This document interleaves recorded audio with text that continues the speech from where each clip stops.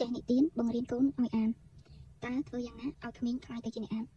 រដូវកាលផ្លាស់ប្ដូរដើមឈើខ្លាយទៅជាធំលូតលាស់មានផ្កាមានផ្លែស្លឹកចាស់ជ្រុះស្លឹកថ្មីលាស់ខ្ចីប្រាំងដូររដូវយប់ដូរថ្ងៃសូរិយាដូររាត្រីអ្វីៗសុទ្ធតែត្រូវការពេលវេលាការកសាងសង្គមមួយអ្នកចាស់ខ្សត់ខ្សោយទុនកម្លាំងក្មេងខ្មាំងត្រូវរឹងមាំដើម្បីជំនួសការងារអ្នកមុនការកសាងសង្គមនាពេលអនាគតអត់វត្តមានក្មេងៗមិនបានទេត្បិតក្មេងថ្ងៃនេះគឺនឹងខ្លាយទៅជាអ្នកចូលរួមចំណែកដ៏សំខាន់ក្នុងសង្គមថ្ងៃក្រោយគ្មានអ្នកណាម្នាក់អាចបំភ្លេចសង្គមដែលខ្លួនរស់នៅបានទេត្បិតផ្ទះរបស់យើងគឺយើងមានតួនាទីជាអ្នកសម្អាតថែរក្សាកុមារដែលអវិជ្ជាគឺជាមនុស្សដែលរៀនសូត្រតែពីសាលាតែម្យ៉ាងឬគ្មានឪពុកម្ដាយយកចិត្តទុកដាក់ម្ដាយឪពុកមានកាតព្វកិច្ចជាច្រើនដែលត្រូវទទួលខុសត្រូវចំពោះកូនៗក្រៅតែពីការចិញ្ចឹមបីបាច់ថែរក្សាកូនៗម្ដាយឪពុកត្រូវរកមធ្យោបាយផ្ដល់ចំណេះដឹងដល់កូននេះមានន័យថាចិញ្ចឹមទាំងរាងកាយក្មេងឲ្យធំធាត់ផងនិងចិញ្ចឹមទាំងព្រលឹងក្មេងផងគ្មានអ្វីដែលអាចធ្វើឲ្យក្មេងខ្លាយទៅជាភ្លឺក្នុងការរស់នៅក្រៅតែពីការផ្ដល់ឲ្យនៅវិជ្ជាទេតើអំណាចអាចជួយដល់ការរីកចម្រើនរបស់ក្មេងយ៉ាងដូចម្តេចក្មេងធំធាត់រីកលូតលាស់មានសម្រស់ស្រស់សង្ហាតែពុំស្មើនឹងក្មេងដែលមានចំណេះដឹងក្មេងគ្មានចំណេះព្រោះឪពុកម្ដាយមិនអើពើប្រៀបដូចជាបុប្ផាមានតែខ្លួនតែឥតក្លិនមនុស្សអវិជ្ជាទោះប្រឹងលម្អដោយមាសប្រាក់កែវកង់យ៉ាងណាក៏ពុំល្អប្រសើរដូចមនុស្សមានចំណេះវិជ្ជាលម្អដែរលោកថាវិជ្ជាជាអាវុធវិជ្ជាទោះទៅដល់ទីណាចោលលួចពុំបានទេតើអ្វីជាប្រយោជន៍នៃវិជ្ជាខ្ញុំមិនគួរលើកឡើងដដែលទេត្បិតមនុស្សស្ទើរតែគ្រប់រូបបានដឹងប្រយោជន៍នៃវិជ្ជារួចហើយតែខ្ញុំចង់បង្ហាញនូវការប្រៀបធៀបរវាងអ្នកមានទ្រព្យនិងអ្នកមានវិជ្ជាក្នុងកលៈទេសៈខ្លះតើអ្នកណាមានភ័ព្វជាងខ្ញុំសូមដកស្រង់និទានពីល្បើក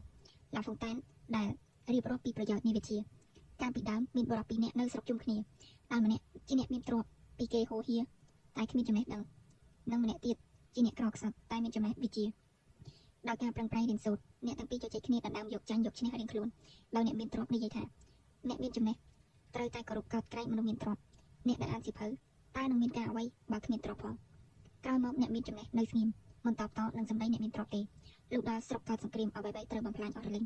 ហើយអ្នកមានវិជ្ជាចេះរស់ចេះរកចេះសន្សំយ៉ាងស្រួលតែអ្នកមានទ្រព្យដែលគ្មានវិជ្ជារស់នៅយ៉ាងលំបាកវេទនាល្បែងនេះសម្រាប់អប់រំផងនិងលើកជាឧទាហរណ៍ផងតើឧទាហរណ៍អ្វីការអប់រំកុមារក្មេងៗគឺត្រូវការអប់រំមានចំណេះដឹងផ្នែកនិទានរឿងដែលជាវិធីសាស្ត្របញ្ជ្រាបចំណេះដឹងនិងការគិតដល់កុមារយ៉ាងមានប្រសិទ្ធភាពបំផុតនៅគ្រប់ប្រទេសទាំងអស់តែងតែមានកម្រងរឿងនិទានសម្រាប់អប់រំកុមារ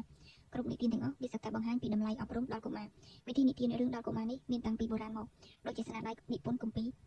បញ្ចតន្ត្រៈរបស់មហាបណ្ឌិតវិស្ណុស្មានដែលមានការចេះដឹងសកលខាងផ្នែកនីតិសាស្ត្រាបបិទ្ធព្រះសម្បតិទេ